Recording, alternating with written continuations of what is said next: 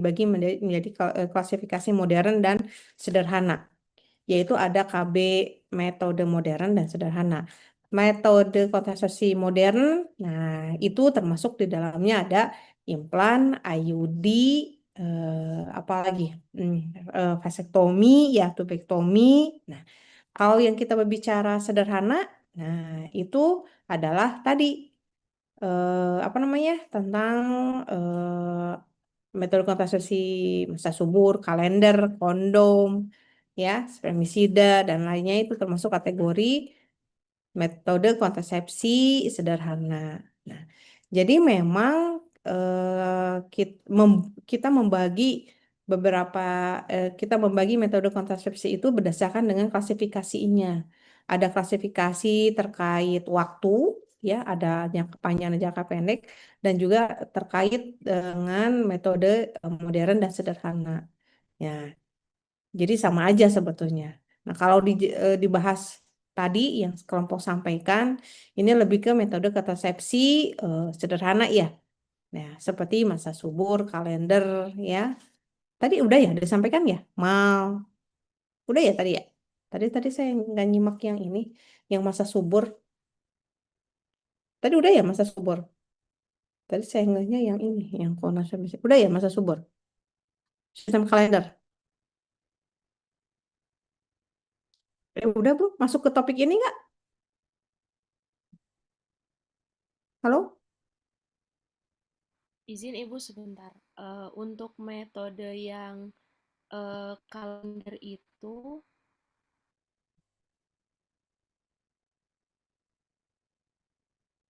dengan Ibu Rika. Ibu kebetulan kelas kami. Oh, dengan Bu Rika. Oh iya iya iya. Maaf maaf. Ya, sip kalau begitu ya. Oke.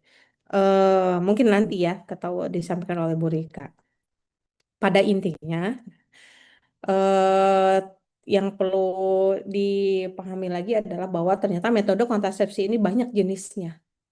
Yang familiar mungkin ya di masyarakat itu adalah IUD, implan, suntik, pil, ya kan? Kondom. Nah, kalau kita berbicara metode kontrasepsi, ternyata memang banyak jenisnya. Tapi hanya masyarakat ya belum familiar mengenai metode kontrasepsi tersebut. Atau bahkan barangkali memang sudah ada yang menggunakan selama ini. Seperti metode kontrasepsi misalkan sistem kalender ya. Atau enggak sistem masa subur. Nah, mungkin selama ini sudah atau coitus interruptus. Selama ini masyarakat mungkin sudah menggunakan metode tersebut, akan tetapi mungkin dari segi pengetahuannya atau penjelasannya memang kurang jelas. Nah, inilah memang tugas kita bagi seorang bidan. Nah, bagaimana menjelaskan terkait semua jenis metode kontrasepsi kepada masyarakat. Kalau kita berbicara dari konseling pelayanan KB, apalagi kita menggunakan sistem apa KBPP, nah sebetulnya itu lebih mudah bagi seorang bidan. Tidak perlu menjelaskan semua jenis metode kontrasepsi kepada klien. Tetapi yang kita jelaskan kepada klien itu berdasarkan apa? Nah, tadi kriteria kelayakan medis atau penapisan yang sebelumnya sudah kita screening. Nah, ya dari mulai riwayat penyakit ya ataupun hal yang lainnya kita screening tuh pada klien sehingga kita bisa tahu ya kondisi pasien itu bagaimana sehingga kita bisa rekomendasikan metode kontrasepsi yang sesuai dengan kebutuhan klien itu apa saja. Nah, dari metode kontrasepsi rekomendasi itulah yang kita jelaskan kepada pasien. Jadi tidak harus seluruh metode kontrasepsi kita jelaskan. Karena itu membutuhkan waktu, ya kan? Nah, tapi kalau kita screening terlebih dahulu dari awal, kita tahu kondisi klien seperti apa, sehingga nah, itu akan muncullah beberapa rekomendasi metode kontrasepsi nih yang sesuai untuk klien. Misalkan contoh hanya 4 metode kontrasepsi nih yang sesuai dengan klien tersebut. Jadi hanya 4 metode kontrasepsi itulah yang kita jelaskan kepada klien. Jadi nggak usah metode kontrasepsi lainnya kita jelaskan juga kepada klien. Nggak usah, karena nggak sesuai dengan kondisi si klien saat ini dan kebutuhan klien saat ini.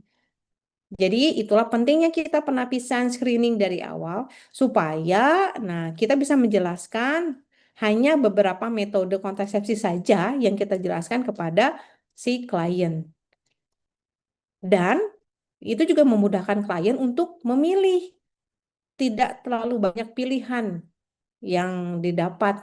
Hanya beberapa metode kontrasepsi itu memudahkan klien juga untuk memutuskan jenis KB apa yang sesuai dengan kondisi dia saat ini. Nah, itu ya. Itulah kalau kita menggunakan sistem konseling KBPP ya yang kemarin sudah saya sampaikan mengenai apa cafeteria system supaya lebih mudah ya, lebih mudah, lebih sederhana baik untuk si bidannya maupun untuk kliennya. Lalu yang perlu diperhatikan juga adalah, karena tadi yang disampaikan oleh kelompok itu adalah beberapa jenis metode kontrasepsi sederhana, ya. Artinya kalau kita berbicara efektivitas, dia cukup efektif ya, tidak sampai mengarah ke sangat efektif ya. Benar tidak? Baca lagi. Sangat efektif itu adalah untuk metode kontrasepsi apa IUD ya, implan, terus apa lagi tuh ya. Kalau kita berbicara efektivitas. Nah, kalau metode sederhana, itu sebagian besar efektivitasnya adalah cukup efektif. Kenapa cukup efektif? Karena tingkat kegagalannya ini itu lebih besar dibandingkan dengan metode kontrasepsi modern sederhana ini. Ya tadi, kalau metode sederhana ini perlunya adanya komitmen nomor satu. Ya, seperti apa? Pil contohnya. Itu perlu komitmen tinggi bagaimana dia harus minum pil setiap hari. Jangan sampai terlewat. Waktu konsumsi harus tepat waktu. Kenapa? Kalau sampai dia terlewat, itu akan menurunkan efektivitas si KB tersebut dalam tubuh. Ketika efektivitasnya turun, terjadinya kehamilan itu lebih beresiko. Jelas sampai sini ya?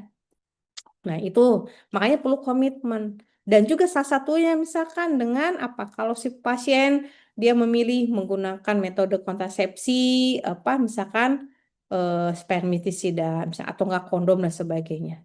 Nah, itu perlu adanya ketelitian dari si kliennya. Bagaimana cara memasangnya yang tepat.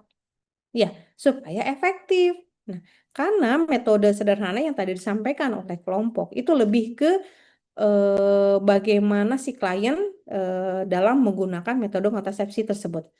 Apakah sudah betul, apakah sudah tepat. Nah, karena itu mempengaruhi terhadap efektivitas dari metode KB tersebut. Ya, jelas.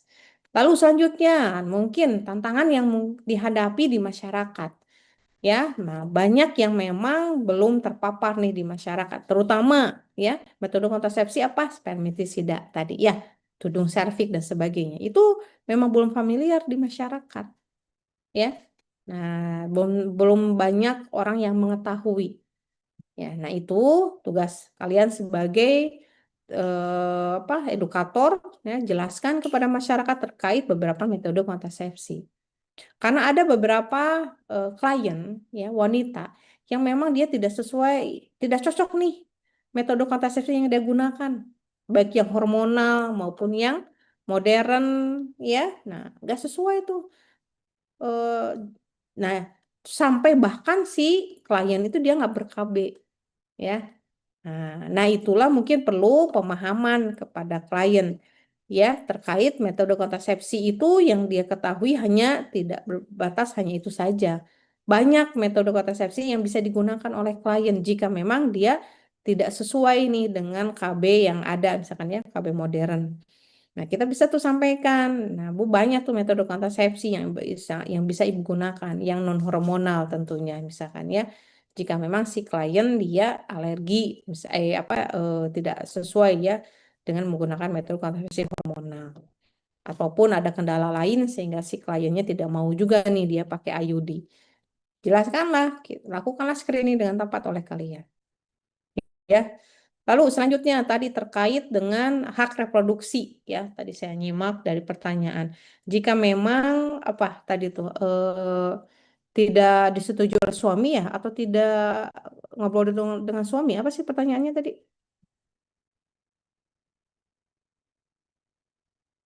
Apa tadi pertanyaannya bisa diulang nggak? yang hak reproduksi? Izin Ibu untuk pertanyaannya. Mm-mm. Eh,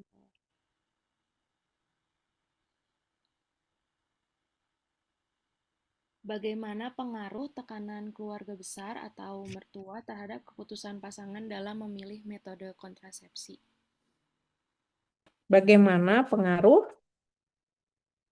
Oh, izin Ibu nomor duanya. Bagaimana stigma sosial terhadap perempuan yang memilih kontrasepsi tanpa persetujuan suami mempengaruhi hak reproduksi mereka? Oke. Sebetulnya kan tadi kemarin waktu saya jelaskan, hak reproduksi itu sebetulnya ada pada perempuan. Kenapa? Karena dia yang memiliki rahimnya. Ya kan? Dia yang memiliki rahimnya. Dia yang memiliki seluruh apa ya badan yang ada dalam tubuh dia. Itu ya milik perempuan sebetulnya. Hak perempuan. Ya, dia mau memutuskan pakai KB apa, dia memutuskan ingin ber-KB atau tidak, itu sebetulnya hak perempuan. Tetapi di sini kita harus bisa lihat dari kondisi ini budaya di Indonesia yang memang budaya kita di Indonesia lebih apa mengedepankan dari segi agamanya ada ya. Bagaimana seorang istri itu apa apa harus apa suami ya. Nah, perlu adanya dari budaya segala sesuatu itu harus ada persetujuan dari suami. Nah, ini salah satunya jika ber-KB. Ya, nah itulah kalau dari segi hak, ya memang wanita yang lebih hak. Tapi kalau kita berbicara dari segi ya budaya kita di Indonesia, ya memang wanita ya biasanya dia akan ngobrol dulu dengan suami, minta persetujuan dulu dengan suami. Jadi udah memang kebiasaan atau udah budayanya kita nih di Indonesia. Itu sebetulnya baik supaya apa? Adanya komunikasi ya antara suami istri ya dan juga itu adanya kesepakatan bersama. Nah, akan tetapi yang menjadi masalah sebetulnya adalah jika terlalu banyaknya intervensi yang diberikan oleh suami melarang si ibu untuk ber-KB ya kan atau dilarang si perempuan untuk menggunakan salah satu metode kontrasepsi. Nah, itulah salah satunya yang memang sudah melanggar hak reproduksi sebetulnya. Ya, posisi suami untuk kondisi seperti ini adalah yang dibutuhkan adalah hanya apa? Dukungan, ya kan? Hanya dukungan. Oke, si istri ngobrol dengan suami, Pak, saya udah dari bidan, kata bidan, nah KB yang sesuai dengan ibu tuh, misalkan dengan KB IUD, implan dan sebagainya. Nah, ibu bingung nih, mau pakai KB apa? Nah, menurut ayah bagaimana? Nah, itulah yang harusnya yang seperti itu gitu kan. Dan jawaban suami apa? Nah, dia akan menghargai keputusan apapun keputusan dari istri. Ya, responnya kan baiknya adalah ya apapun keputusan ibu misalkan ya, nah ayah akan menyetujuinya, akan mendukung. Nah, itu yang diharapkan jawabannya seperti itu. Tidak perlu adanya intervensi dan hal yang lainnya. Yang pasti, nah dia tahu apa pentingnya dia ber-KB pada si ibu ya, pentingnya KB untuk kesehatan si ibu dan anaknya misalkan ya. Nah, hanya cukup itu ya. Benar-benar si suami itu mendukung semua keputusan si istri dan juga mendukung menghargai segala keputusannya. Ya, itulah yang dibutuhkan untuk posisi KB sebetulnya. Dan kembali lagi sebetulnya yang memutuskan apa keputusan dalam ber-KB itu adalah siapa? Istri sebetulnya. Karena itu adalah hak reproduksi dia. Nah, terus bagaimana kalau dilanggar? Nah, kalau kita berbicara hak, sebetulnya nggak ada yang dilanggar, ya kan? Wanita berhak dia untuk menuntut hak reproduksinya. Nah, nggak ada tuh urusannya dengan suami. Kan tetapi ya tadi kita kembalikan lagi nah, dari budaya. Nah, ya kita menghargai kita apa adanya komunikasi antara istri dan suami. Jangan sampai juga, nah ya karena tidak adanya komunikasi, adanya masalah nanti yang ada pada si istri. Nah, suami yang disalahi, apa istri yang disalahin. Jadi ini misalkan ketika ada masalah, nah ya itu tadi, karena nggak ada komunikasi terlebih dahulu, nah suami yang menyalahkan istri. Ya, kenapa kamu nggak bicara dulu sama saya? Sehingga kan begini jadinya bla bla bla bla bla. Nah, gitu kan. Nah, supaya tidak adanya hal yang seperti itu kan baiknya segala sesuatu dikomunikasikan. Tetapi di sini posisinya adalah si suami tidak memberikan intervensi yang terlalu besar kepada si istri. Semua keputusan dikembalikan lagi ke istri. Nah, dia hanya mendukung dan menghargai keputusan yang diambil oleh si istri. Begitu ya? Oke, jelas? Oke. Ada pertanyaan lagi yang memang belum belum belum ini belum lengkap, belum ada yang kurang, misalkan silakan. Ada? Izin Ibu sepertinya cukup. Cukup. Oke. Atau nggak ada pertanyaan lagi terkait metode kontrasepsi yang kurang paham?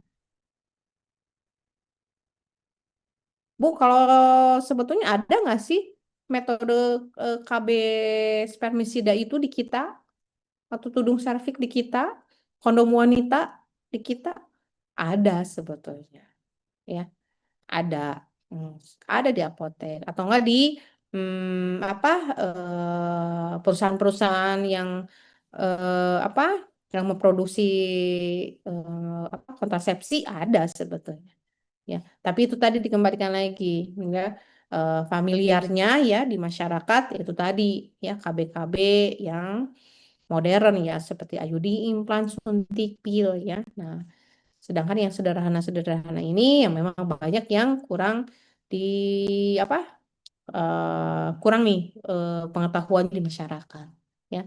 Itu bisa menjadi PR kalian ya untuk menjelaskan kepada masyarakat. Apalagi silakan, ada lagi? Sudah cukup? Oke. Ini untuk jadwal selanjutnya di kelas B apa di jam 1 siapa? Ada? Izin Ibu udah habis hari ini, paling besok Ibu demo. Oh, kalau di kelas B jam 1 bisa masuk dosen, bagus sebetulnya, biar cepat beres. Ya, mm. Ya silakan aja kalau yang bersedia ya. Apa misalkan Bu Rika atau Bu Ati ataupun dosen lain ya. Nah, supaya bisa waktu jam 1 ini bisa apa digunakan oleh kalian ya. Silakan tulis di berita acara ya, berarti saya sudah masuk 2 pertemuan ya. Sudah selesai ya. Baik, Ibu. Oke. Terima kasih ya semuanya. Mungkin saya cukupkan sekian dan jangan lupa ya kalau KBMA kalian harus banyak literasi. Harus banyak baca ya. Nah, ini tadi saya jelaskan secara garis besarnya. Tapi untuk lebih jelasnya secara fisiologi ya, bagaimana cara kerja dalam tubuh, silakan itu kalian bisa baca lagi lebih jelasnya di textbook. Oke. Saya cukupkan sekian ya untuk pertemuan kita hari ini. Terima kasih. Saya tutup. Wassalamualaikum warahmatullahi wabarakatuh dan selamat siang semuanya.